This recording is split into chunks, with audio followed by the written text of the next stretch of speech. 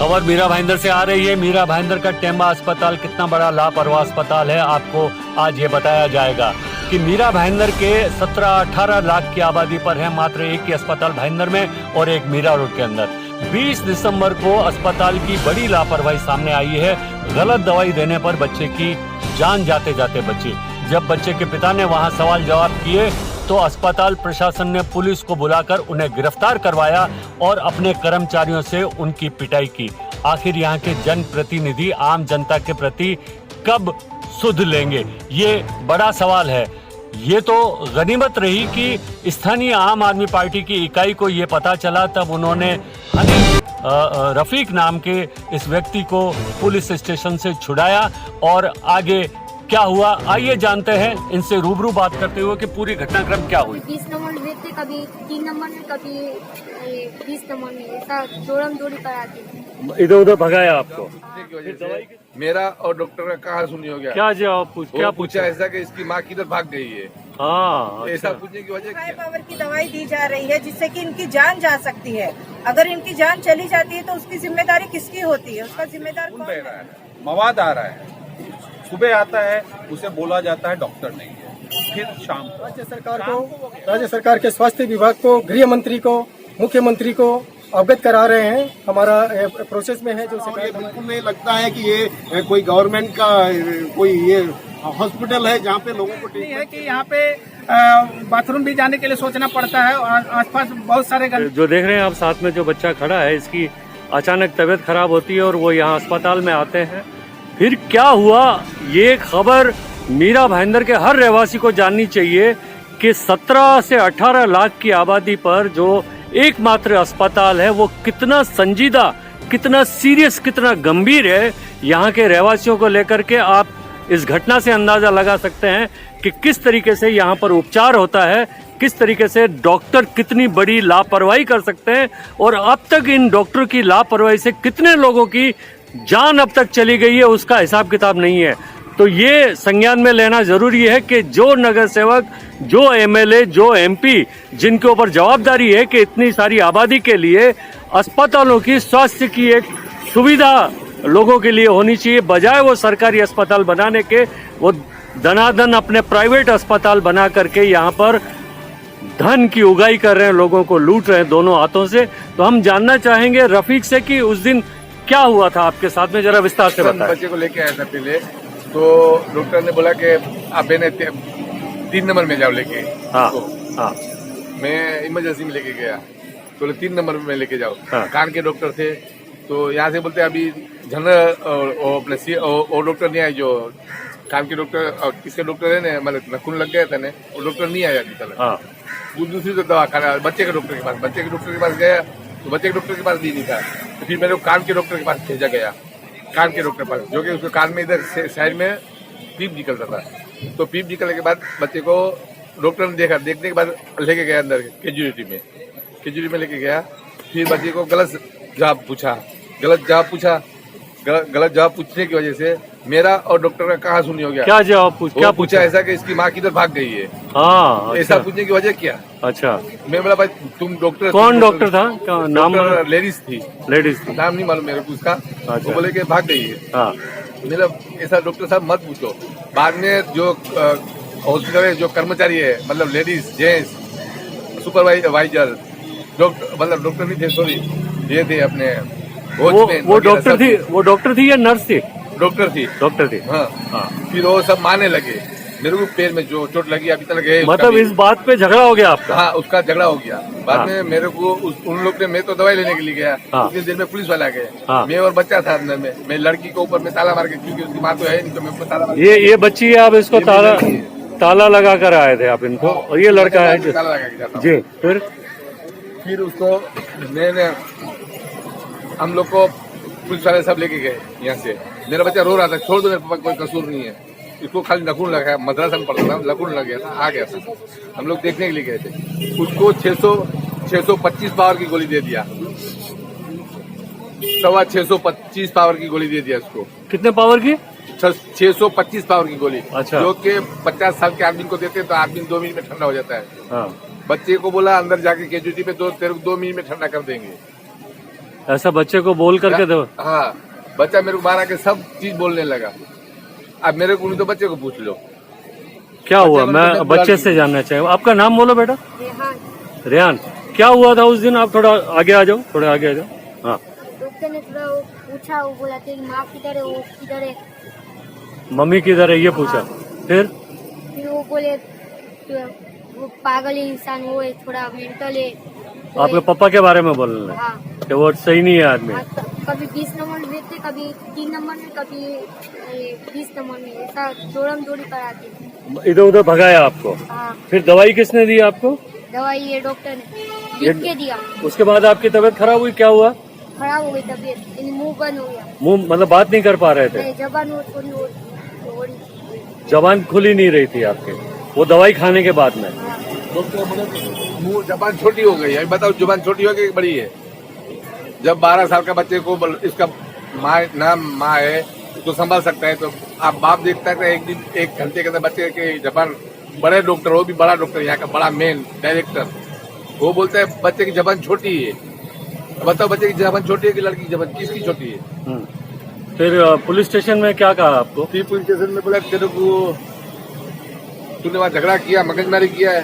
बोला साहब मगजमारी है कि इसको गलत जवाब देते हैं, हम लोग को भागमदौड़ी करवाते हैं। उसके ऊपर आपकी बहस हुई ऐसा? हाँ, फिर कोई केस बना आप पे?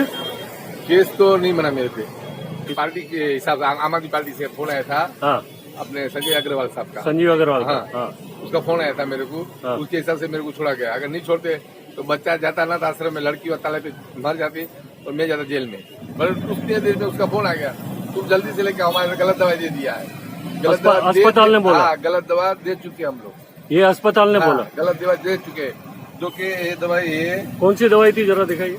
मैंने दिया था हम लोग स्टार्ट में ये दवाई 375 पावर की दवाई स्टार्ट में। हाँ, फिर ये दवाई रुको, ये 375 पावर की दवा। हाँ। ठीक है। फिर दिया ये दवाई, सॉरी ये दिया दूसरे। जब ये डॉक्टर की मेरी कहाँ सुनी हुई तब ये दवाई पिलाया।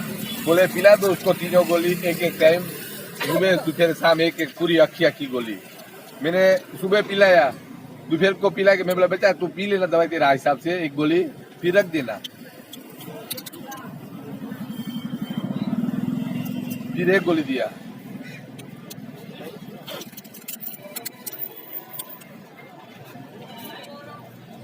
जो कि बड़ा आदमी को बुखार की काम की दवाई है, ये बच्चे लोग को दे दिया।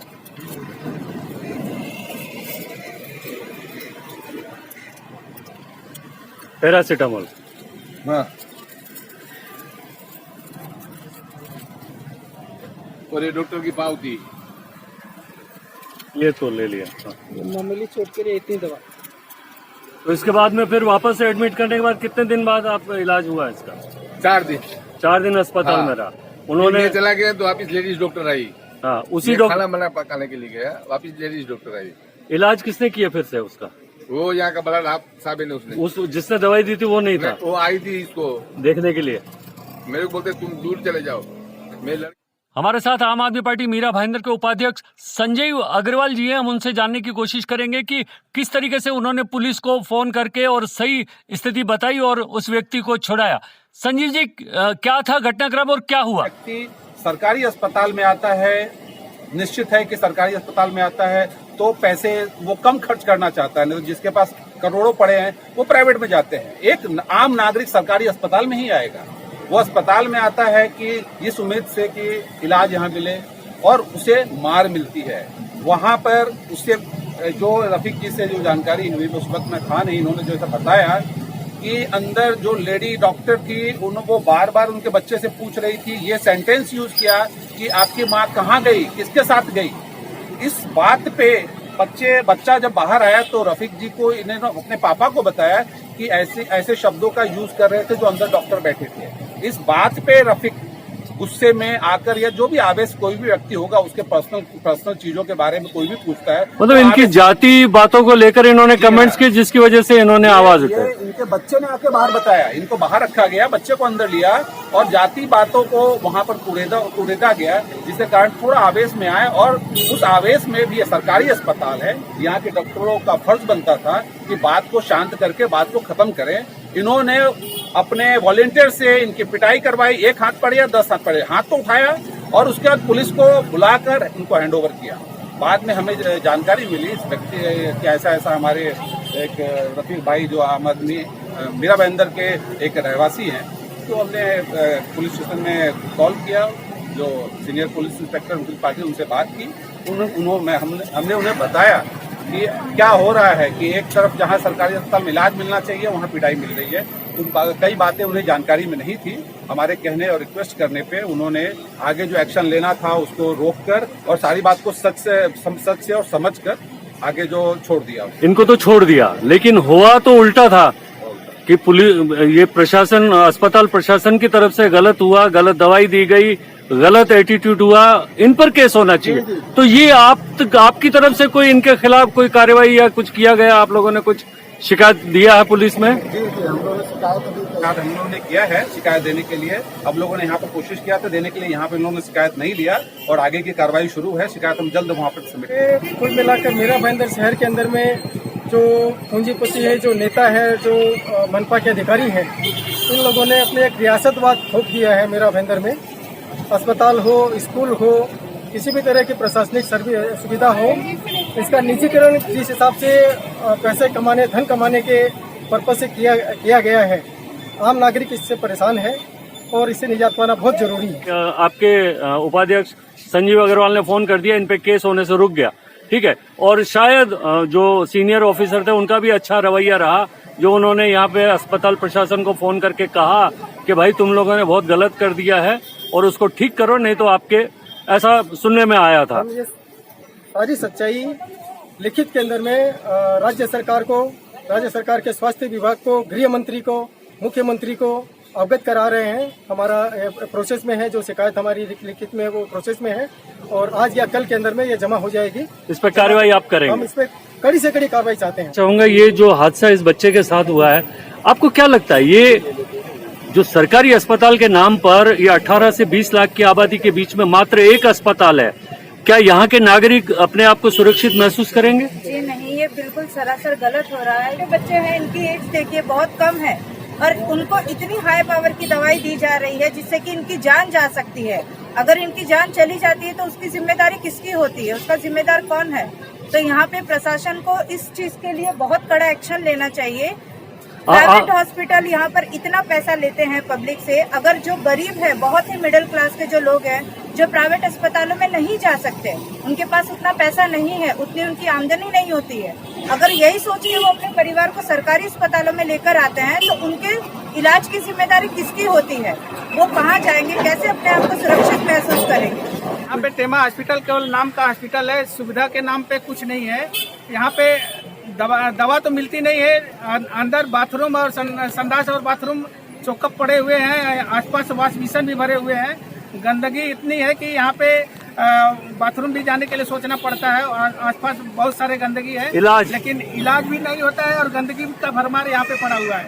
डॉक्टर नाम मात्र है, लेकिन कोई दवा और इलाज यहाँ पे बराबर नहीं मिल पा, पूरी मतलब ये स्वास्थ्य की पूरी सुविधाएं नहीं है, यहाँ नहीं मिल पा रही है। ये आपका कहना? बिल्कुल सही नहीं है सर, और ये बिल्कुल नहीं लगता है कि ये कोई गवर्नमेंट का कोई ये हॉस्पिटल है जहाँ पे लोगों को ट्रीटमेंट दवाई कोई भी सुविधा नहीं है, ना मशीनें हैं और ना कोई भी तरीके की यहाँ पे रिपोर्ट की जाती है। और सबसे मेन प्रॉब्लम है कि कहीं भी चाहिए जाओ, कोई भी टाइम पे डॉक्टर अवेलेबल रहते ही नहीं है। चाहे कितना भी इमरजेंसी केस हो, सिस्टर आ जाती है, पेपर लिखती है और पेशेंट को छोड़ देती है कि डॉक्टर आएगा, आप तब तक वेट कीजिए। तो देखा आपने, ये था मीरा भाईंदर के टेमा अस्पताल का सूरत हाल। यहाँ पर लोग बताते हैं कि आधुनिक जो स्वास्थ्य के उपकरण हैं वो नदारत हैं, यहाँ पर जीरो अवेलेबिलिटी है, डॉक्टर नहीं मिलते हैं, अक्सर यहाँ पर इमरजेंसी में लोग तड़प कर यहाँ पे जान दे देते हैं। और इसके अलावा कई रिपोर्टरों ने, कई पत्रकारों ने यहाँ से रिपोर्ट की है कि शव गृह के अंदर बाकायदा ड्राइवरों द्वारा, जो एम्बुलेंस के ड्राइवर हैं उनके द्वारा पार्टियां चलती हैं शराब की। उसके अलावा पोस्टमार्टम के लिए पैसे मांगे जाते हैं लोगों से, दवाइयां बाहर से लेनी पड़ती है। ये यहाँ के लोगों का, स्थानीय लोगों का कहना है कि यहाँ पर दवाइयां बाहर से लिख के दी जाती हैं, सिटी स्कैन की मशीन नहीं है। आखिर करोड़ों रुपए का जो बजट है यहाँ के इस स्वास्थ्य का, सरकारी अस्पतालों का, वो कहाँ जाता है? ये सवाल बहुत बड़ा सवाल है जो जनप्रतिनिधि से पूछा जाना चाहिए और उम्मीद है आने वाले समय में ये ज़रूर पूछा जाएगा। MB न्यूज़ के लिए मैं राजेश शर्मा। चैनल को सब्सक्राइब, लाइक और शेयर ज़रूर करें।